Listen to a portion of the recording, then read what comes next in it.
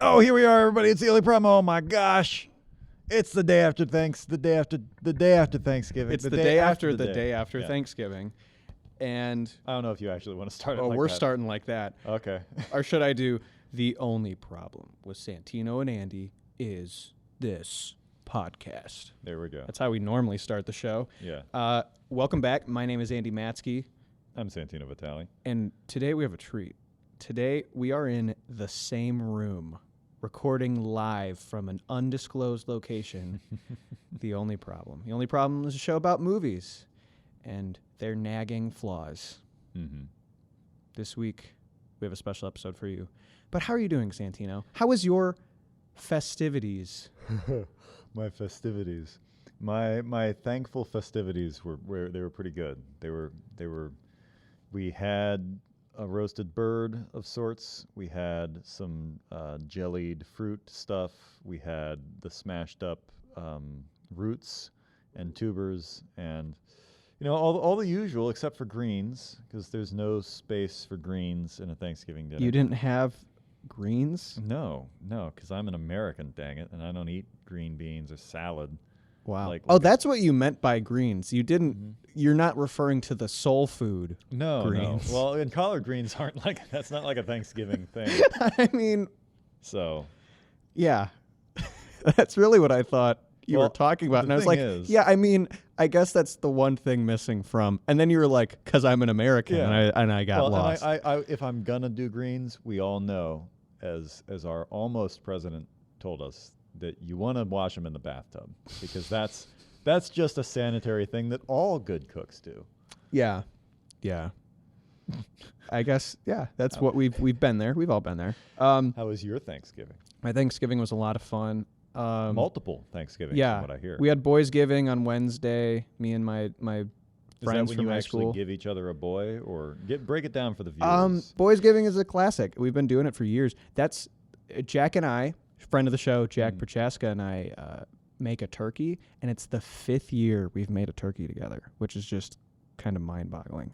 But And it was you listen really to good. Radiohead while you do it. We listen to Radiohead while we do it. As everyone knows, "Creep" by Radiohead is a Thanksgiving song. And you So, see, for the viewers at home, Andy sends me a video of Jack molesting this turkey, barehanded, by the way. No gloves. I had and been he's in there shoving earlier. Stuff under the skin while Creep plays, and it's a Creep's perfect playing like juxtaposition. muffled. Mm. Is I think the funny detail that too. I mean, it's loud. It's but really kinda, loud. It sounds both close and distant. It's a weird, It's an artistic acoustic, decision. Situation you've got going on over there. Yeah. So that was Thanksgiving. Family Thanksgiving was good. It's been a long week, and so everything related to Thanksgiving was just kind of extra. Yeah. So and today with my family, my one side of the family, we had the Thanksgiving classic of chili and grilled cheese. So that was interesting. But I feel like that's what everyone needs to do at some point, is to just have a Thanksgiving where they don't eat anything that's even close and go in the complete opposite direction. yeah. But Just do a full Charlie Brown Thanksgiving and just like jelly beans and Yeah. popcorn and pretzel sticks. absolutely. Well, this week on The Only Problem, the movie we will be talking about is the 1987 Coen Brothers film Raising Arizona, which I had never seen before. Cue the banjos. Yeah. Cue, if I can find royalty-free banjo music, cue that. And it was my first time ever watching this movie. Did you rewatch this movie for this week's episode? Yeah, I rewatched Good. it on, I think Sunday or Monday. I watched it a week ago. I watched it Saturday night. And then I rewatched part of it today. Okay. Which the fun, we're playing along at home. The only time I've ever done that, other time I've done that for the show is when I didn't like a movie, but this was not the case for Raising Arizona. Well, I just have a spoiler alert, bad Andy- memory. Andy seems to like it. I just have a bad memory, and I had some notes on the film that I did not remember what they meant at all, like less than a week later. And so I wanted to check it out. Again, Raising Arizona, do you want to give a synopsis or do you want me to read IMDb? You've got it pulled up so you can do it. So here's what it is. When a childless couple, an ex-cop and an ex-con decide to help themselves to one and wait. The childless couple is the ex-cop Yeah. and the ex-con. Let me try this again. When a childless couple decide to help themselves to one of another family's quintuplets, their lives become more complicated than they anticipated. Yeah. Which, pretty decent summary of the movie. Decent summary, yeah. It leaves a lot to the imagination, I think, which anyone going into this movie knowing only that is in for a real surprise. I went into this movie knowing nothing. And you didn't see a trailer or anything? I didn't see a trailer or anything. I actively avoided as much as I could. That's the best way to do it, I think. Yeah. That's when I have a good experience at the movies, is when I know nothing. I think I might have... I looked into it a little bit, but like just a glance. And then after that, I was like, I don't want to know anything. Mm-hmm. I knew it was funny because I think you gave me comedy choice. So I knew it was going to be funny. And I knew enough Coen Brothers lore to know that even though I haven't seen Blood Simple, that when this came out, after it, people were like, what the heck? Right. So I knew that it was not like neo-noir, whatever. So I knew it was a change of pace. And I went into it, and I think pretty much from the start, I was like in. I was like, okay. It really piqued my interest, and it really like kept me in. Part of why, and this is to peel behind the curtain like we do, why I delayed this so that we could talk about it in person is because I was like so excited to talk about this movie, and I was having a bad week on Tuesday, and so I was like, I'm not talking about this over Zoom when I'm in the middle of like one of the like worst times in recent memory. Everything's fine, but one of the worst times in recent. We've made it through, but it was real rough. And I was like, I'm not gonna like sit down in front of the computer and talk about this movie that I liked, I really liked. And so it's like, let's hold off, and then we get to talk about it in person instead of it just in the little computer screen that I'm so excited through. So I don't know. Initial impressions. This movie. Well, yeah. What do you go? I don't want to stomp that thought, but I want to preface it with a little something, which is the last Coen Brothers movie we looked at was True Grit. Yeah. And we were talking about how you were surprised how funny it was, considering it's a period drama. And I was like, well, if you think that's funny, you need to see an actual Coen Brothers comedy. And so this movie is weird in a lot of ways. One of the strangest things being that it has like a 15-minute cold open. Like before the title even shows up, you get like half of their lives through like this really compressed narration. Well, and it's narration plus montage thing, which you're a big montage guy. We've learned that. Yeah. I think we've established that, plus like part of the journey of self-discovery that I've been on through this podcast has been learning that I am a montage guy. And so if you have this like narration, here's my life so far moment in your movie, or even like, let's catch up on what the plot is, I'm in. Like, I'm a sucker for those. And this one is like really, really funny. Like from the start, it's about this convict who like the cold open is about how the convict and the cop like fall in love with each other. Right. While he's having his mugshot taken. Yeah. Through them meeting like 3 times. Yeah. Which is just so great. And then you like, it's okay. So this movie stars Nick Cage. Yeah. Very young Nick Cage. Very young Nick Cage. Early 20s. In the role of Hi. H.I. McDonough. Yeah. And that's the interesting thing about this movie that I wanted to like fact check. A lot of people have like country accents, but it's set in Arizona. Which do they have like country twangs down in Arizona? My mom was just there. I should have asked her. I've never been to Arizona, so I don't know. I would imagine they've got something. It is the South, but it's also the Southwest. It's very much so the Southwest, but everyone in this movie has like this country accent. And so you have Nick Cage narrating like his life so far. And his recidivist tendencies. Yeah, his name is H.I. McDonough. Is like how the movie starts, and you meet him getting his mug shot taken, and he finds the lady cop, whose name is Ed. Which the names in this movie are Edwina. I forget. Did we ever learn her last name? I don't know if we Ed do. Something, but played by Holly Hunter, very young Holly Hunter. And like we get their interaction, and it's like he gets arrested the first time and they meet for like 2 seconds, and then the second time her fiance done left me. has left her, which then like Nick Cage's narration like corrects her on fiance, like her fiance had just left her. Yep. And he's like, tell him he's a damn fool. Yeah.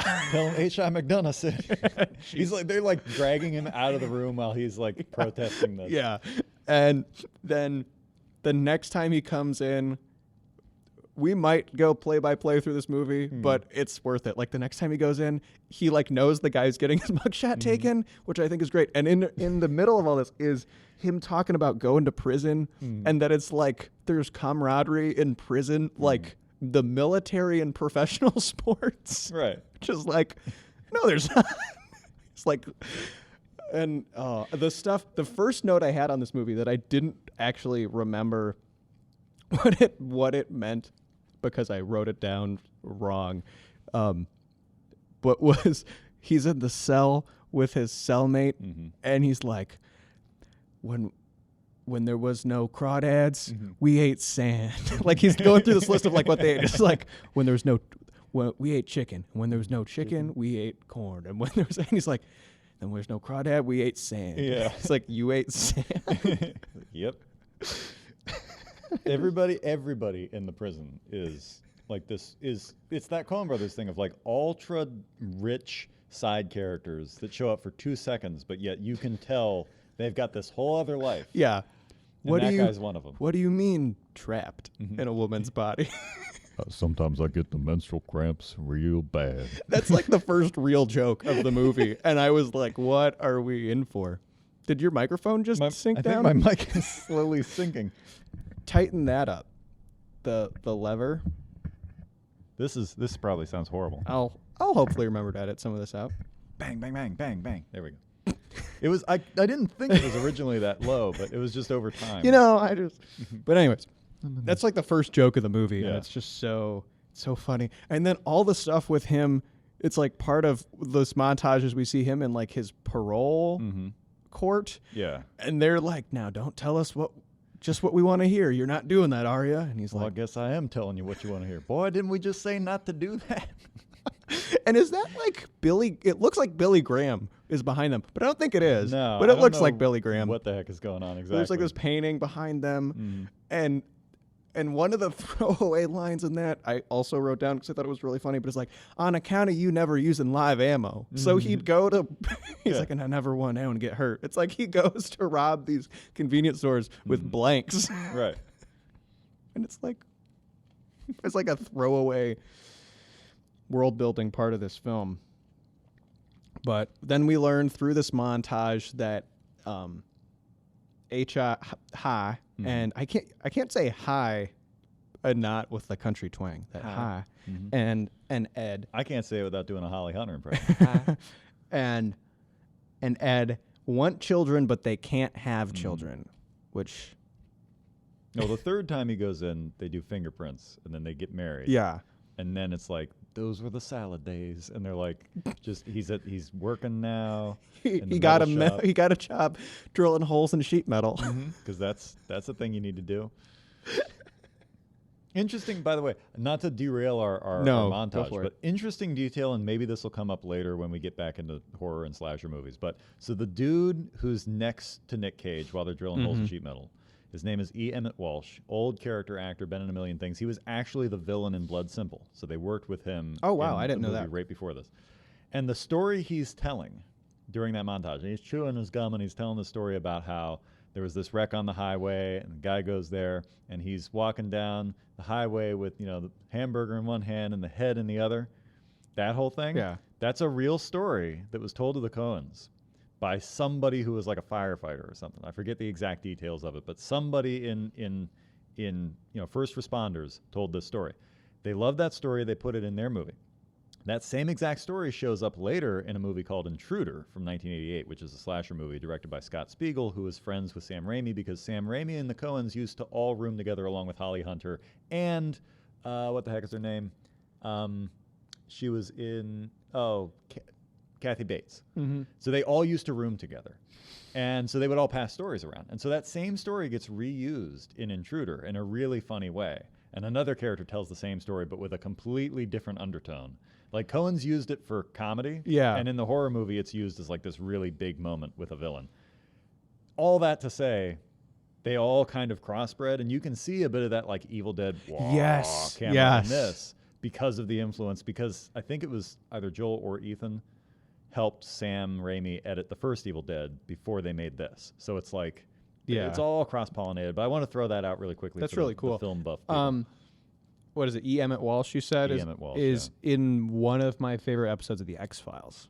Really? Fun fact, The Unnatural. The Unnatural. Oh, I know that episode. Yeah. With, I'm blanking on his name. But it's been forever since I've seen any X-Files. It's such a good episode. So it's the salad days. So it's salad days. And they want kids, but they can't. And she comes home, sirens blaring to say in tears, "I'm barren." Yeah, I'm barren. And it's so funny. I forget the exact line, but it's like they go to the doctor, and High's narration tells us that like her insides were a rocky place that Massey could find no purchase. That's a great line. It's a great line. It is. It's inside. See, I always say womb, and it's wrong. It's her insides were a rocky place. Massey could find no purchase. Yeah, great line. Incredible line. And this is in our like. The movie hasn't started. Yeah, we haven't even had the title yet. Yeah.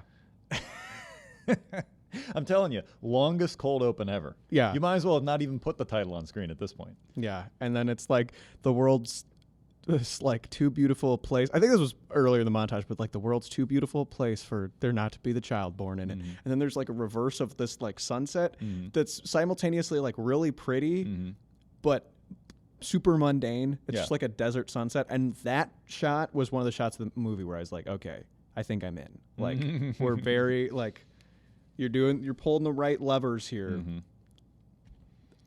I'm interested. And then we learn about the quintuplets. The Arizona Quints. The Arizona Quints.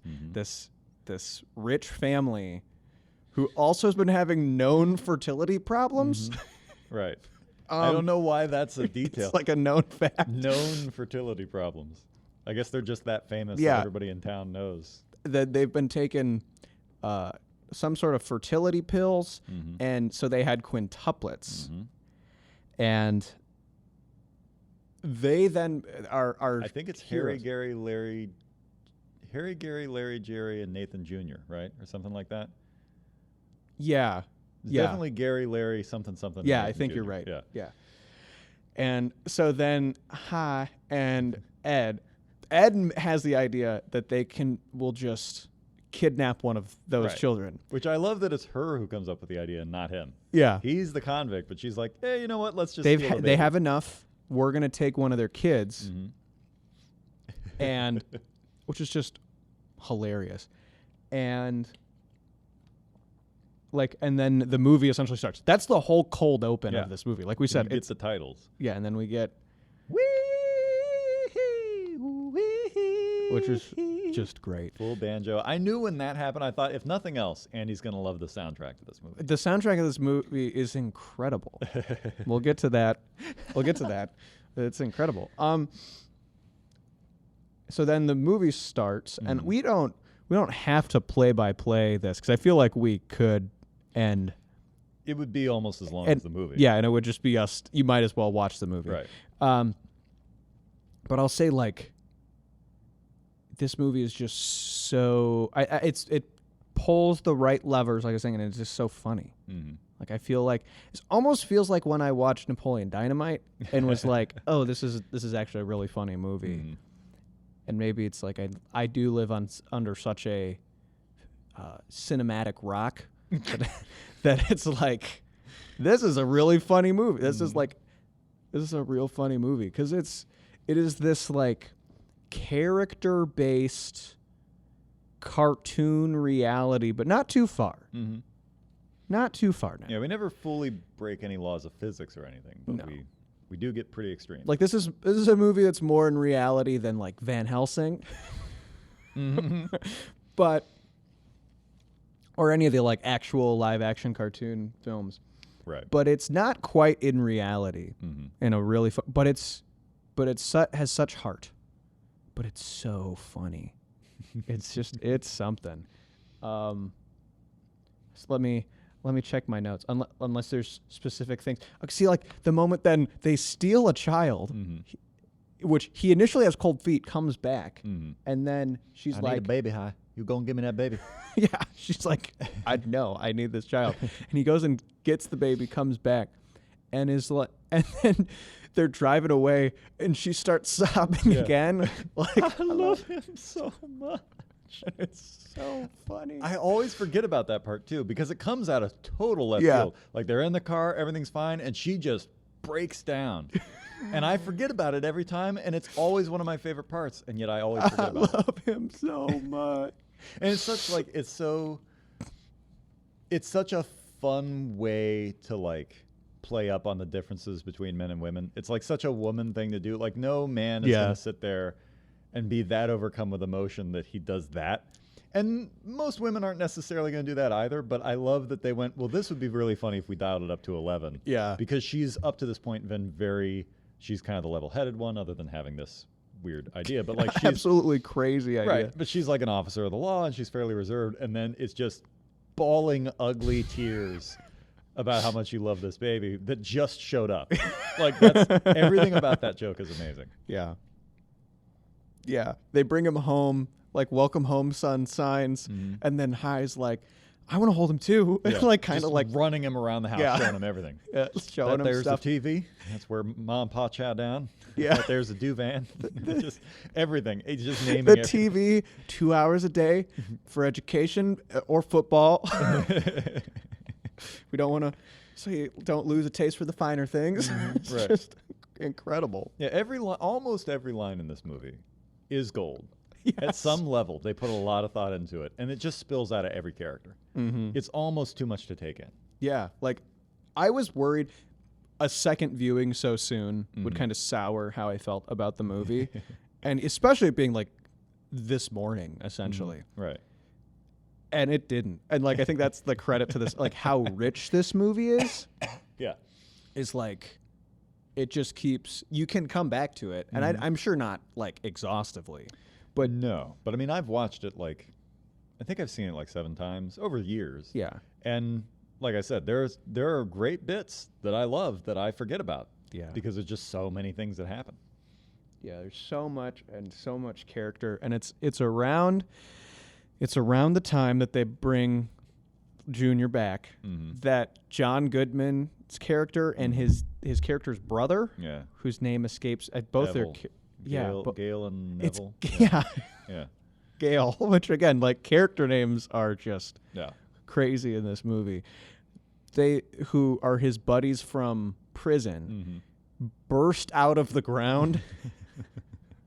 They tunneled out. They escaped. And it's just, but like it starts with John Goodman's head coming out, breaking through the mud, and just screaming. There's a lot of screaming in this movie. And yes, there's a lot. And they do the lion's share of it. And they're just screaming. And then he like spits water out and is still screaming, comes out of the mud, grabs his brother by the leg, which is just a great. Somehow he got in there upside down. He got in there upside down, and he pulls him out upside down. And they're just both screaming for like a minute and a half. Which, you just escaped prison. You're not that far away. Yeah, Probably. you can see the prison in the background. Like a guard's like, what's that noise? And by screaming, it's just, ah. Yeah. It's just, there's no word. It's just, ah. For minutes. Yeah, and then they show back up at the house at an after putting copious amounts of lube in their hair, effectively. I don't know what exactly. Pomade? Some kind of pomade. Just they're covered in filth, but Yeah. they fix their hair. This is that attention to detail of like Southern culture. It's like, we're gonna do this, not that. Might be covered in grease, might be covered in sewage, but we're gonna get our hair right because that's important. They're just acting according to their nature. And yeah, they barge into the house. yeah, and they barge in the house, which they like know where High lives somehow. It doesn't matter. Doesn't matter. They show up, and High wants them to wants to give them a place to stay while they get back on their feet. And Ed's having None of it. Mostly because they have just kidnapped this child that's in their house. Right. And also because they recently escaped prison. So neither of these are good situations. Yeah, and if the cops come up, then they might take Nathan Jr. Mm-hmm. Just... Which I think is funny that they never fully got away from the name. Like, they kept asking him... People would ask him what the name is, and they'd be like, Junior. Is that Hi Junior, Ed Junior, whatever. But they would always refer to him as Nathan Jr. So even they never fully gave up his origin, I suppose. Yeah, which is such an interesting detail. Don't you curse in front of him, honey. Then we come back at some point to, and I mean, we're doing play-by-play again, but we come back to the house, the Arizona house. That's the Arizona family is who... Nathan, Arizona, from Unpainted Arizona. Yeah, who are the family who had the quintuplets. He's like coming back when there's the investigation starting, and he's just like mad, but he doesn't like know for sure what kid it is. Right. He's kind of just making a fool of himself, which is just great. Just, don't you guys find the microbes? Yeah. Isn't that what you do? And he's just mad at them because they're asking him questions. I didn't take the kid. Yeah. Oh, it's yeah. just great. But what's funny about that too is leading up to that, you get the. I think he says the line, "Nobody sleeps naked in this house." Yeah, nobody sleeps naked in this house. Again, perfect throwaway line. It happens amongst a bunch of chaos. Blink and you'll miss it. But we get that Evil Dead shot when the wife realizes the kid's gone, and we go flying through the window as she's just like, ah, just screaming bloody murder. We get this weird warthog from hell bounty hunter. Oh my goodness! We need dream. Yes. Hi has this dream. This part is so good. Hi has this dream where this guy shows up, and like this movie's been cartoony and silly, so you don't quite know what to make of the scene when it first happens. Where he has this dream of like a post. I think he calls him like an apocalyptic biker. Yeah. Which is the best way to describe him. It's kind of this like covered in leather and fur biker who has these two like sawed-off shotgun and baby shoes and he comes riding through fire and he's like the destroyer of everything innocent and good. He like throws a grenade at a rabbit and then it blows up in like a fireball, and it's just a wild scene that I don't know, I get such a kick out of. But it's like, yeah, and then this biker shows up, and we don't quite know if he's real. For like half the movie. For most of the movie, even though he's like showing up to the scene of the like hole in the ground where the criminals escaped from, and he's in and out of reality, but we're never quite sure if he's just in High's dream or not, which is very interesting. Till eventually, I think when he finally shows up at Nathan Arizona's. I mean, I'd say even there, we don't know for sure this because I think even at that point, that's High writes the letter to Ed, and then it's that scene, and then he wakes up. So even that scene is true. Like, is this really real? Sure. Is this not? Until he is real, which is just hilarious. Which, I mean, I think not to be too play-by-play, but I think that even rides a little ahead of an inciting incident, which is High loses his job, which then starts a whole bunch of other stuff. Dude, that whole scene with him with the in-laws. It's not the in-laws because it's his boss from work. It's his boss from work, but it's Holly Hunter's sister. Married. I'm pretty sure that's what it is. I don't think so, because she's like, I thought so too, but she's like, we finally meet some nice people, and then you break his nose. And she's like, we finally go out with some nice people, and you break his nose. I'm pretty sure that's her sister. Like, I'm 90% sure that Frances McDormand's supposed to be her sister. I thought it ultimately doesn't really matter. The guy, what's the guy's name? He's hilarious. He's telling all these like, the Polak jokes. Which it's like he can't tell right. What's hilarious about him is I know, minus the Polak jokes, he instantly reminded me of a guy I know. That character, and it was like really added on. Glenn is Glenn. Yeah, it added on to the humor of like, oh my goodness, it's like so and so. Because they're so darn stupid. Oh wait, I told it wrong. How come it takes 3 pull-offs to screw in a light bulb? Yeah. He just tells racist jokes poorly.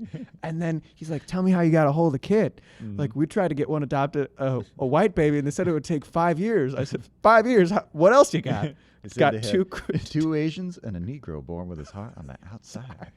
It's a crazy world we live in. Which reminds me, anyway, and then he just starts going.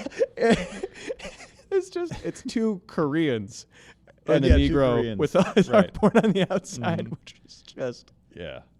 And the kid is just writing fart on the wall, and the kids are up and they're awful. They're banging everything. He then, I think the next thing is then he shoots the water gun at you wet yourself. You wet yourself.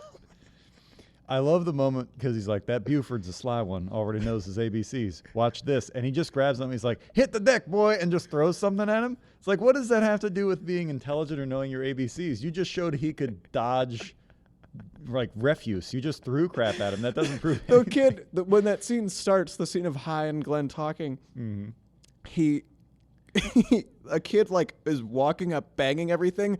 Glenn hands him food, and the kid immediately just throws it. Yes. That's a full Napoleon Dynamite moment right there. He hands him a cookie. He's like, just wings it and keeps going. The chaos of this movie is I think unmatched. It's only exceeded in like old screwball comedies, like Marx Brothers or other crap. Like very few movies come to the level of chaos that this does. Oh, so he breaks Glenn's nose because Glenn's talking about wife swapping.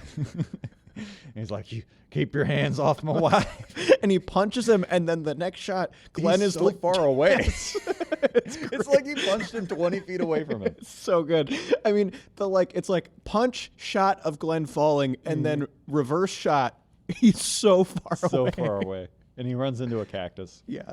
And that's what ends up breaking his nose. Yep. And so this is the inciting incident, because then it causes H.I. to decide to do some crime again, which makes for one of, I don't know, there's so many great scenes, so many great sequences in this movie, but the ensuing sequence of him trying to rob the store, being chased by cops and dogs and people through other people's houses. Yeah. While that theme song plays might be...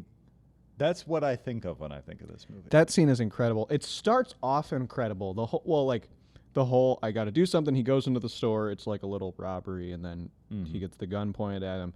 But from like Ed realizing what's happening on, it's incredible. There's like a really great handheld shot of like the car pulling out that then like wraps around, and then you see the car pulling away and you see him run out, and I was like, wow, that's incredible. That was an incredible shot. And then it starts this montage. Well, not montage isn't the right word, but just it starts one unbroken this sequence scene of insanity of like Hai running away from the cops who are like chasing him, and there's a cop hanging out the window shooting at him. Unlimited ammo.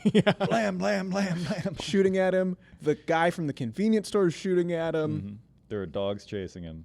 A whole pack of dogs. A whole pack of dogs is chasing him. He like runs in front of this truck that then runs into him, and this old guy's driving the truck, and he screams. Yeah. He's the worst driver ever. He drives horribly, almost runs over a ton of people, and then because his windshield's broken, I think because of gunshots, because again the cops and this guy are just shooting at him.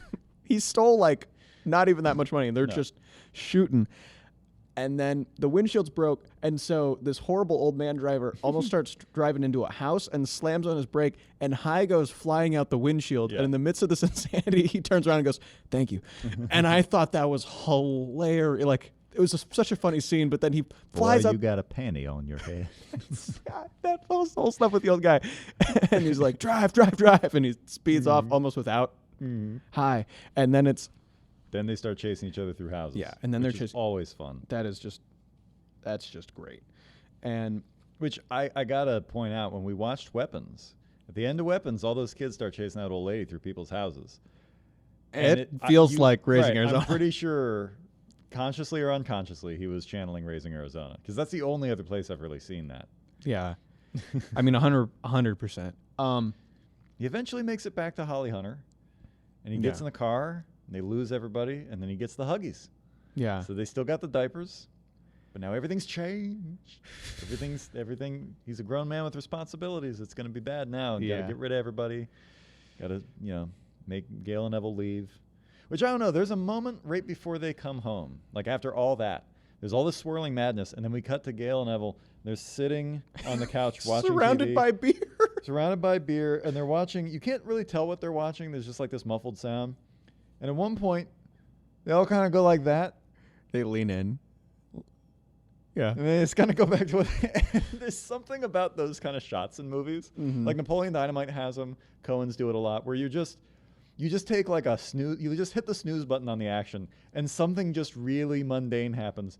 But it's so funny because nothing's happening, and that's what's funny. I feel like John Goodman's character is a ton of that. Even though he screams half the time, but the other half the time is just kind of him reacting to what people are saying and kind of like talking, very smoothly talking people in. But rather light a candle than curse your darkness. Yeah, like you got to understand where we're coming from on this.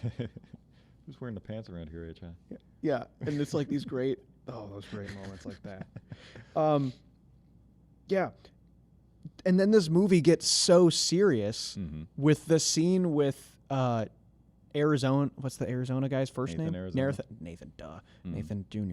Nathan Arizona and the bounty hunter guy gets so serious. But even in that so serious scene, Nathan Arizona is saying some of the funniest stuff. He says the federal BI. Yeah, the federal BI. It's like the one example of that. He's like, the boys on the federal BI are on it. It's like, he said federal, but not. Federal BI. He had enough energy to say federal, and he's like, BI. I'm not doing the rest of it. And that scene's so serious because the bounty hunter guy's like threatening to find the kid and then sell it on the black market. Yeah. That's like, apparently wow. a thing. Wow. That's like after the funniest scene in the movie. But it's great. And then from there, I'm going to be honest, this gets beyond what I watched this morning. So my short-term memory, we leave the short-term memory and we enter the long-term memory. Right. So then Glenn shows up. Glenn shows back up. He figures out whose kid it is. Yeah. And he's like, dang it. Yeah. He's threatening to he wants the kid now. Yeah, he's not going to turn the kid. Yeah, he's going to take the kid. He wants the kid, which is like the other ones are too big to cuddle. So that is why. And then Gale and his brother steal the baby. They steal the baby. Which then there's a great fight scene there in a tiny little space. Oh my gosh, that is a great fight scene. Yeah, like an incredible, like fisticuffs, slapstick fight scene in a tiny space. And this is what I love. And you only see it really in comedy movies, which is a shame. And I know why, because obviously you can't get too funny in an action or a drama. But fights never happen the way they happen in movies. And I love movies that show you like really awkward, messy, dumb fight scenes, because that's how it would go. And like the move where High goes to like raise his hands up and he scrapes them on the textured ceiling. I've done that. Like I've gone to do something and like my hands hit the ceiling and it's horrible. And then like people are punching and John Goodman goes to kind of rear back for a haymaker, but his elbow goes through the cabinet and then he tries to punch again. And there's just all this stuff in the way. And they're just too big because you're fighting in a trailer. Yeah.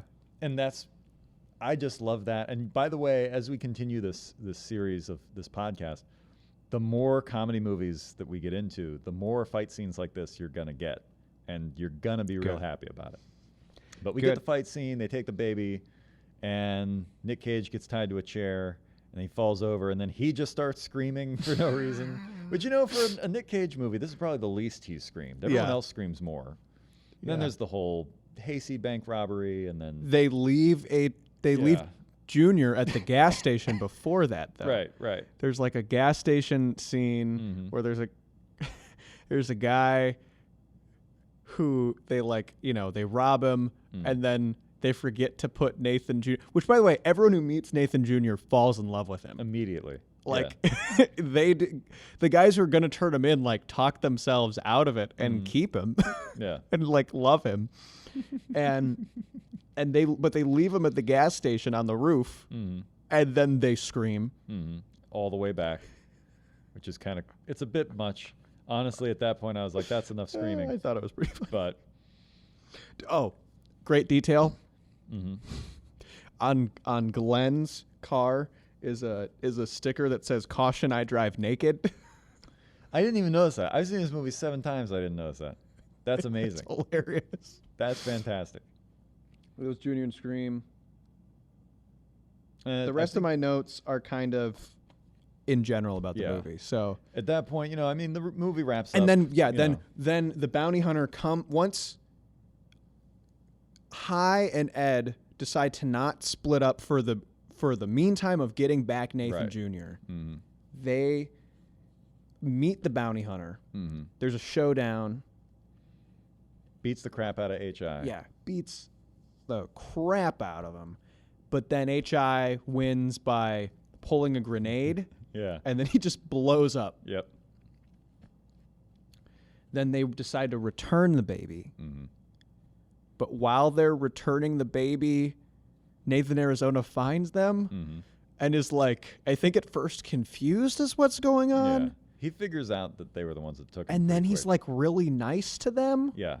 This is honestly, I mean, I get that this is a comedy and Yeah. it's kind of a live action cartoon. It's honestly the most unrealistic thing in the movie Yeah. is the people that stole your baby returned him. You figured out that they stole him and why, but you're not going to do anything about He's it. like, we're not going to press charges. Yeah. So you kids should get back together. Like that was, well, and I it's think just that's the odd. funny part is like, Mhm. he's like, you're splitting up. Like, Mhm. you got to know these people. Yeah, you got to stay together. Mm-hmm. And then there's like Another dream sequence. and then there's the leads us final out. dream sequence, which Mhm. is great. Like the score in that part is this like 80s synthy, Mm. and he has this dream, and it's very sweet because he Mhm. has this dream of him and Ed. It's Thanksgiving, Yeah. which All we're the a kids week come late back. on our Thanksgiving episode. Yeah. But then it's Thanksgiving, and it's like they had Thanksgiving and as old people with all their kids Mm-hmm. somehow, and Yeah. it's like, and then the movie ends, kind of on a like a well, it was a dream. I don't know. I think it's funny as a detail here, just in terms of logic. I'm dying. Cough it up. It's okay. In terms of the logic here, I love that Ed's the one who sees the TV broadcast about the Arizona Quints, and it's a known fact that they were using like a lot of extra fertility meds, and so what her takeaway was. It wasn't Steal the baby. Yeah, steal the baby. It wasn't That's what I let's wanted to use say that. the fertility drugs. It's let's steal the baby. It wasn't even steal the fertility drugs. Right. It was Let's steal the baby. they have enough. Yeah. And then at the end, even Nathan Arizona wraps it up again. He's like, if medical technology caught up to us with a vengeance, so you never know. And it's like, yeah, that was always an option. I don't know why we stole Yeah. this kid. Like, so the movie can happen, but Yeah. we stole this kid. This is a whole other thing. So I have this thing with this movie. Mm-hmm. I mean, I like it. This is not this is not the only problem. I don't know what I'd say for the only problem. It's not a perfect movie by any stretch of the No. imagination, but I don't know if I've thought long enough about it to have a nagging flaw. But I have this funny theory about part of why I like this movie, and I realized it while I was watching it, and then it kind of just kept happening. That this movie, I think this movie is No Country for Old Men's funny uncle for many reasons. Mhm. One, there is and I know like No Country is based on a book, and the timeline of this is a little fuzzy, but they are very, very similar movies. You steal something of value, unstoppable, otherworldly bounty hunter Yeah. comes after it. There's a Including showdown. similar shots. Like there's the kind of like the MacGuffin's not the right word exactly, but Well, there's MacGuffin. like there's like there's a MacGuffin. In this case, it's a baby. In another case, It ends money. with a dream sequence that doesn't really give you like. I mean, in No Country, the dream is described. Right. This is the dream. Mhm. It's down to earth country Yeah. accents. One's Texas, one's Arizona. There's chase. Like Mhm. these movies are very similar Yeah. in funny ways, in ways that like are probably by the time the Coens were making No Country were like subconscious. There's during a chase you get into a pickup truck with an older guy. Mhm. In No Country, the guy gets killed. Right. In this, he's not. But like, there's these similar enough moments where it's like, this is like No Country, but it's a cartoon and it's silly, and I love it. Like even the mobile home, the fact the bounty hunter shows up to the mobile home, Yeah. and there's like very That's similar almost shots. the same shot. Yeah, there's almost the same shot. Except, yeah, and I thought even I saw this one. Except in No Country, he comes in and he just looks at the TV, right? and it's off, but he's like contemplating. And this one, the bounty hunter comes in and he stoops down, and it's fart.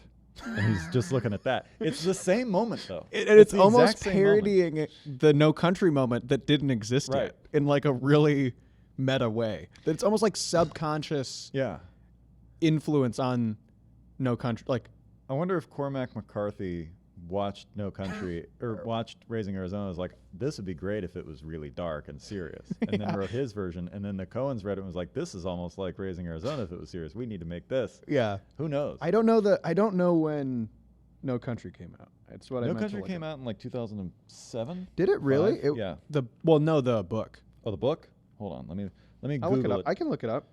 Let's both Google it. Who's gonna get to it? Let's see. No, if I could spell it right. 2005. The book came out in 2005. So my timeline could work. timeline Our theory absolutely could could be work. correct. It could work. 100%, because it's 87. Which, by the way, I did not realize the Coens had been making movies. How old are they, for crying They're out like loud? my parents' age. They're like, I think Joel might be 69 now or 70. Really? I'm not sure. Yeah, they're pretty old. Or maybe he's 68. Joel's the oldest. Ethan is the youngest. But they're only separated by a couple years. 71. Yeah. Wow. Yep. Is Joel. Yeah, I think Ethan's like 69, something like that. I did not realize that.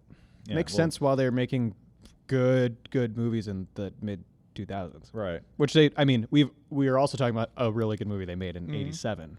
Well, because Blood Simple, I think, was 80, let's say like 84 or something. Because it was after Evil Dead, and Evil Dead was, I think, 81. And they helped on Evil Dead. So then... I didn't know that. That's crazy. Yeah, they helped edit it.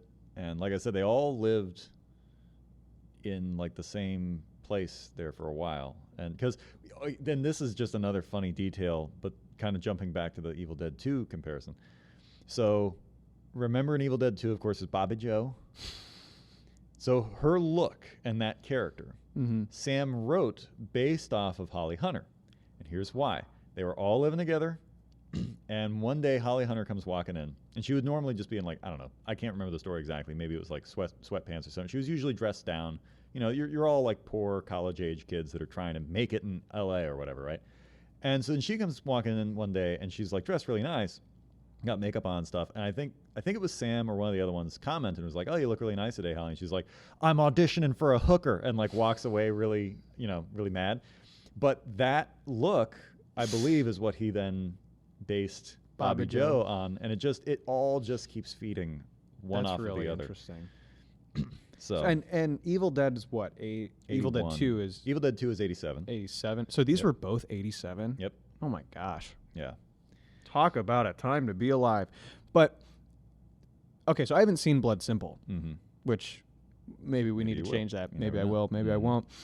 But knowing that they made like a really serious movie before this, not even knowing what that was, made this funnier. Knowing that people were like, "What the heck?" Yeah. Blood Simple was like dark and really jet black serious. Yeah. And imagine the whiplash the audience got from the makers of Blood Simple. It's like, what? Like, what? What in the world? It's kind of incredible. Well, now you understand why like their career was kind of rocky for a little bit, because they kept confusing the crap out of people. They do a drama and they're like, they're the best thing ever. And then they do this and they'd be like, they're insane. And then they do another drama and they'd be like, they're back. The boys are back. And then they do another comedy and they're like, they're idiots. And then they do another drama and they're like, we don't know. It took everybody like a decade to figure out, they're just doing comedy, then drama, then comedy. That's all they're doing. Yeah. That's all they've ever done. Okay. And nobody could figure that out. Apparently. So trivia about this movie. I did not look into this movie as much as I would have wanted to, because I had a really long 7 days in between now and then. But I did notice something while I was like just perusing the IMDb, which is who shot this movie. Yeah, I'm glad you kind brought of it up. blew my mind. This movie was lensed by a man by the name of Barry Sonnenfeld, who went on to direct movies like Men in Black, Men in Black 2, Wild Wild West, Wild Wild West, Addams Family. Yeah, made his directorial debut with the Addams Family, like blockbuster films in the 80s and 90s. Yeah. So yeah, he started out as a cinematographer. That's just crazy. I was like, I think because I either saw it during the credits or I just always check that. That's like the thing I care about the most. And I went, oh, whoa, what? Yeah. Or like if I saw it in the credits, I was like, I think I recognize that name. And so I looked into it, and I was And like, you can see his filmmaking influenced somewhat by the Coens, by his time with them. It's just interesting how everybody, I keep saying it, but like cross-pollinate. Everybody was working on stuff. That's the thing that always impresses me, especially about Hollywood in the 70s, 80s specifically 80s, because everybody was really talented. Everybody knew everybody else. Everybody was working on each other's stuff, and it's just like, what the heck happened? Yeah. Like now, I mean, I'm sure there's still a bit of connectivity there, but it just seemed like it was really firing on all cylinders. Well, yeah, and like in the you 80s. think of something like George Lucas and Steven Spielberg working together, and that's probably like the example of that. Yeah. But still, it's like, think about that for a second. Like, George Lucas, Steven Spielberg, and Richard Donner were all friends. yeah, And like helped out Richard Donner with did, Omen, Superman, the Lethal Weapon movies, Scrooge. Like he's done, his filmography precedes Well, itself. think The Goonies. think about what we talked about with Nightmare on Elm Street. That like the what was it? Was it like second unit director is the same guy who directed shoot, I'm blanking on the name. Halloween. Like the guy who made Halloween was involved with Nightmare on Elm Street. So like, even though that was already like a hit, it's like how like to your point, like that is such an interesting time because they're all so connected and it's such a high quality product. It's so interesting and such a fun thing. So this movie I really liked this movie. I'll say it. I can tell. Yeah, it's probably obvious, but I really liked this movie. I think I liked it more than I thought I would. I was kind of apprehensive. I don't know. I mean, the oldest Coen Brothers movie I've seen parts of was Fargo. Right. Which I've yet to make it through Fargo, which I'm pretty sure Fargo will be one of these movies where it's like, how did I never? Right. But we'll see. We'll see. I think Fargo was, 96, 95? Yeah, something so like that was the earliest I had seen, I think. Well, yeah. You've So I never haven't any of the other seen anything really earlier. ones. And so I didn't quite know what to make of like a 87 Coen Brothers movie, and it like exceeded my expectations. I think what I liked so much about this movie is exactly what we've talked about, is that it's as goofy and as silly as it is, it's so well written. Like the dialogue in this movie is incredible. It's just so good. So good. I think it's shot pretty well. I think it's like its budget shows, but there's such a charm to that these days of like mid-budget 80s movie. It does not take a thing away, I don't think. So plus there's a certain aspect to like that grounded, almost like Evil Dead camera work they do at times of like handheld stuff, or maybe with pre-Steadicam stabilization stuff, like the way I don't know if we need to translate what I'm saying here, but it's like the way the camera moves at times. Because they were using Steadicams on Halloween, which was 78, but it's just not using a Steadicam. It's just we're just going to run around with it and hope it works, and we're going to do so on like a 16 millimeter lens, so every movement's going to be super exaggerated. Yeah, and film does this thing that digital doesn't do great, and this is like maybe giving more credit to thinking I know what I'm talking about than I do. Let's find out. But the fact there's not rolling shutter or like anything like that makes it look better. Yeah, I think just by what we're used to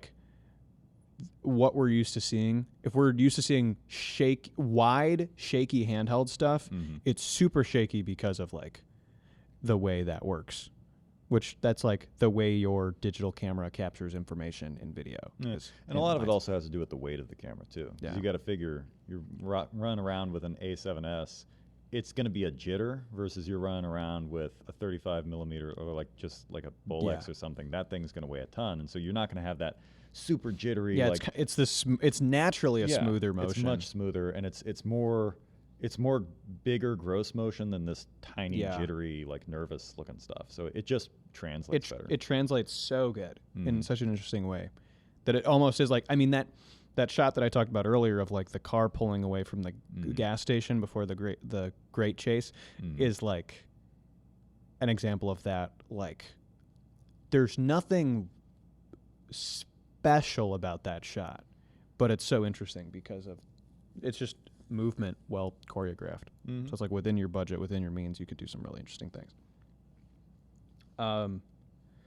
Yeah, I don't know what else I want to talk about this. I gave you my No Country connection. Yeah, and I was expecting something like that because even I noticed it checks enough boxes. Yeah, and this I think this is why it's interesting because I had a feeling you would probably like it. You like it way more than I thought you would. Interesting. But I didn't think you would dislike it. I was like, well, if nothing else, he's going to love the soundtrack and he'll appreciate at least half of what's going on. And this is an interesting marriage, too, of normally we talk about, like, character-based movies. They're usually lower on plot, or then there's really high plot movies, but they're lower on character. This is both. There's, like, a lot of plot happening.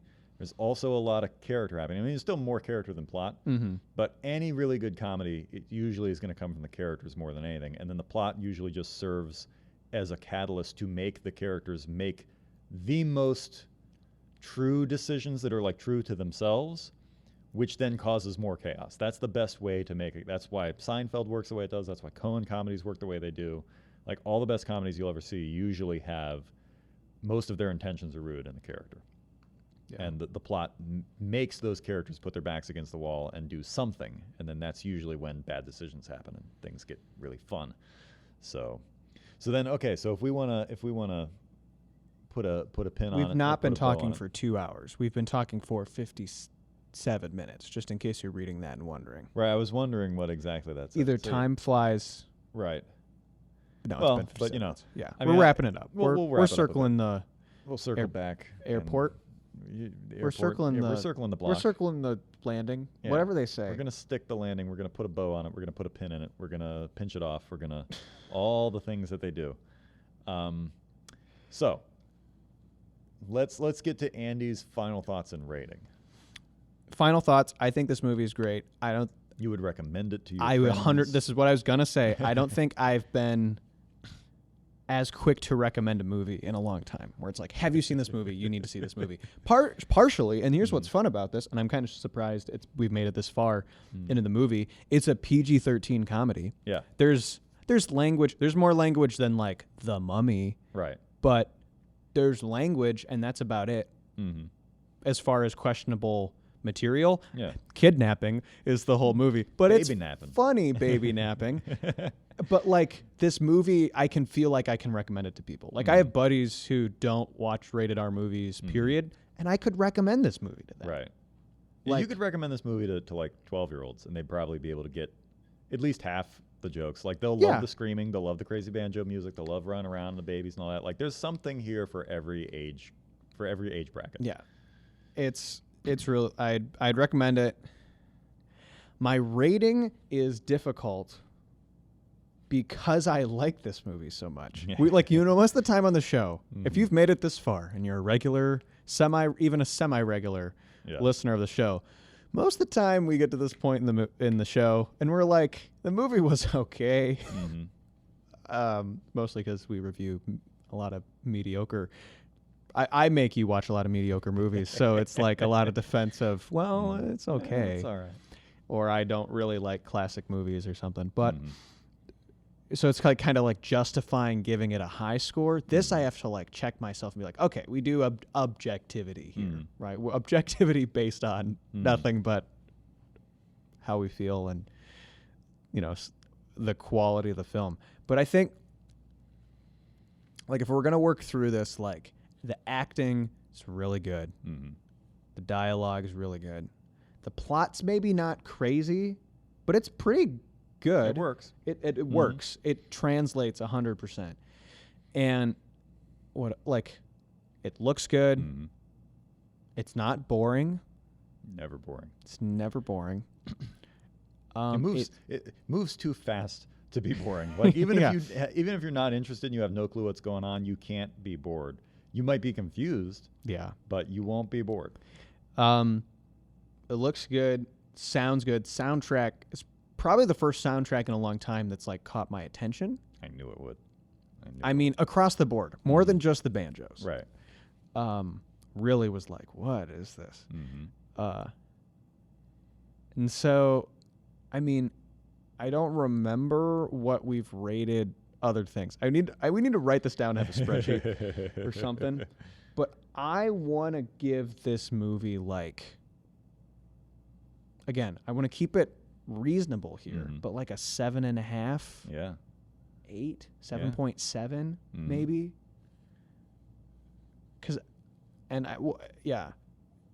We'll review that later and see where that rests. But it's it's up there. 7.5 is what I agree. That's where I'll put that as the lowest I'd rate that movie as a 7.5.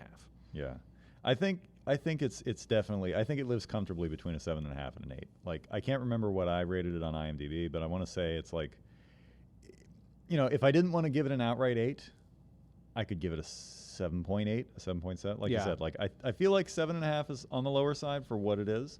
It's also not my favorite Coen Brothers movie ever either. So I think I would put it comfortably between 7.5 and 8. Yeah. Yeah. I mean, it's a really good movie. Yeah. It's also not my favorite Coen Brothers movie either, but it's really, really good.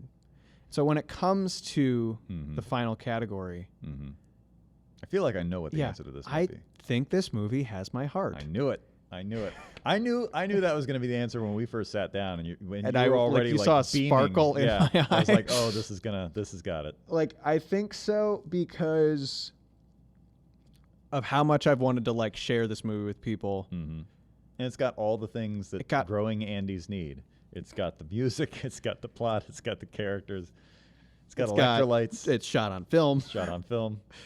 There's no rolling shutter. There's no. It's got good handheld work. There's screaming. There's screaming. There's narration montages out the wazoo. Twang and biblical references and all kinds of things. Jason's a biblical name. That's a great line. Anyways, but I think it does. Mostly also because there's parts of the soundtrack that I really like, and not just the not just the yodeling. And it's just and I think this is the first movie in this iteration of the show that without question, reservation, has my heart. I don't know what else would have garnered such respect. I forget if Prisoners did. Oh, I think Prisoners did. So it's the first movie since Prisoners. Yeah, I think that was the only other one because we've looked at a lot of other stuff. I forget if Mummy did. I know you really enjoyed The Mummy, but I don't think it had your heart. I know you had a good time with it, and there were a couple other ones that you had a decent time with. I think this is the first. It is definitely the first in a while comedy since Napoleon Dynamite that had your heart. That's for sure. Napoleon We haven't looked at a lot of straight comedies on this show. Yeah. So, because I'm a dour, horrible, bitter, unhumorous, bitter, cold, just spicy old man. Spicy? Yeah. I've got that. I don't know if that's the word. I'm spicy. I've got that vinegar in me. Yeah. So what do you have any? I agree. I agree. I'd say this movie. Yeah, it lives comfortably between a 7.5 and an 8 for me. I'd say that it pretty well has my heart. I mean, there are definitely movies within the has my heart category that I'm more in love with. Yeah. Like this movie would be this movie's like a first relationship where you're like, yeah, she was great. We liked being together. And you still kind of miss them, but they're not as great as the one you're currently seeing. You know what I'm saying? And you're like, this was the old one. This is my wife. You see what I'm saying? Like, this is my girlfriend, but this one's my wife. Yeah. You know? And this one's not my wife.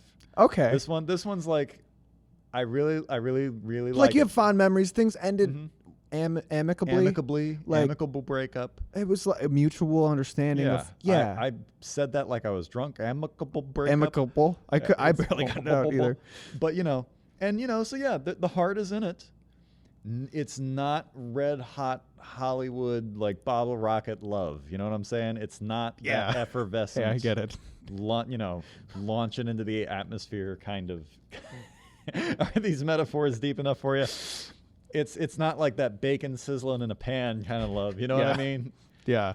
And and that's that movie for which I have that kind of just deep love has yet to surface on this show. Oh, interesting. But when it does, you will know about it. Interesting. Yeah, it is a Coen Brothers movie. It is my favorite Coen Brothers movie. And honestly, I don't know when it comes time to think I suggest know The Big Lebowski. Yeah. I don't know. I really don't know how you're going to feel about that one. I really don't. Because, Interesting. to be honest, when I first watched it, I had to watch it like 2 or 3 times before I really got into it. And now I'm like sexually into that movie. No, I'm in love with that movie. It's a great movie. I'm in love with it platonically. Yeah, I'm not platonic. I'm full on. I'm turned for Big Lebowski. I don't know if you will be too, but I'm pretty happy with Raising Arizona. To get back to the main point. Yeah, I like Raising Arizona. I like it a lot. Mm-hmm. And again, I mean, when it comes to movies that have my heart, Napoleon Dynamite does in certain ways, for sure. Mm-hmm.